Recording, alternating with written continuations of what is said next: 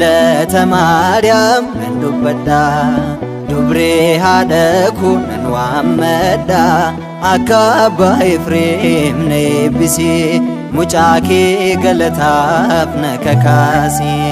Galata Maariyaam nan dubbadha dubree haadha koo nan waammadha akka abbaa Efreem na eebbisee mucaa kee galataaf na kakaasee.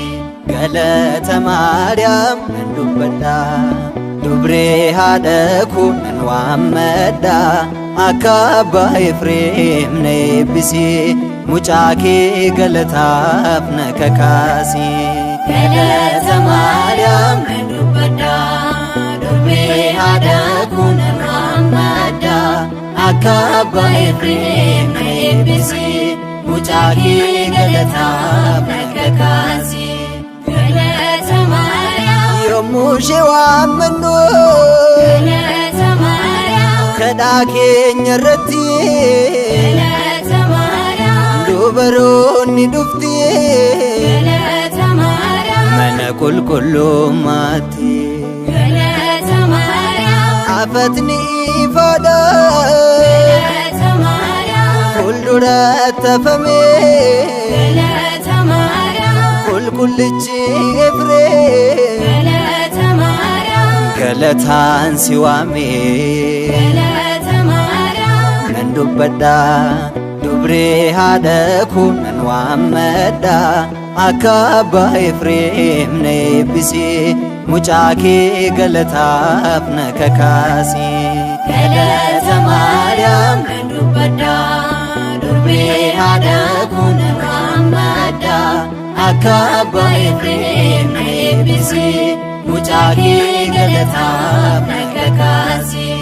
Galata Maariyaam Abbaan Yaaqoob galata Maariyaam galata dhiyeessa galata Maariyaam laphee gammachiisaa galata Maariyaam sirna qulqulleessaa galata Maariyaam lapheen koo waan gaarii galata Maariyaam siif baaseera jedhee galata Maariyaam Daawit baganaadhaan galata Maariyaam si faarfachuu fedhee. galata Maariyaam nan dubbadha dubree haadha koo nan waammadha akka abbaa Efreem na eebbisee mucaa kee galataaf na kakaasee.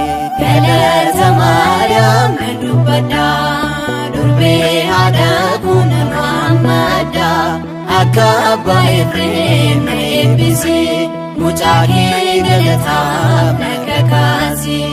Galata Maariyaam qulqullummaa keenya galata Maariyaam ati hundee dasii galata Maariyaam si galateeffachuu galata Maariyaam laphee koo naaf ibsee galata Maariyaam gammadi yaa dubroo galata Maariyaam yaa Beetlehemii galata Maariyaam sirraati dhalatee galata Maariyaam fayyisaan Addaamii galata Maariyaam nan dubbadha dubree haadha koo nan waammadha akka abbaa Efreem na eebbisee mucaa kee galataaf na kakaasee.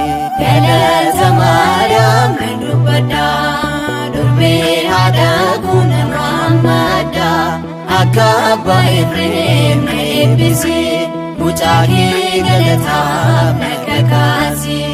Galata Maariyaam qulqulloonni hunduu galata Maariyaam naannoo kee marsanii galata Maariyaam abbaan Giyoorgisii galata Maariyaam kootu siin jedhanii galata Maariyaam teessoo warqee irratti galata Maariyaam yoon si arguu teessee galata Maariyaam lapheen koo gammadee galata Maariyaam simboon kee macheessee galata Maariyaam nan dubbadha dubree haadha kunan waammadha akka abbaa Efreem na eebbisii mucaa kee galataaf na kakaasii.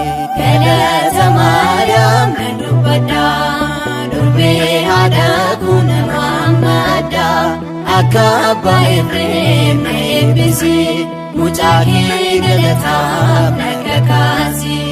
Galata Maariyaam nan dubbadha durbee haadha kunan waammadha akka abbaa Efreem na eebbisii mucaa kee galataaf na kakaasii.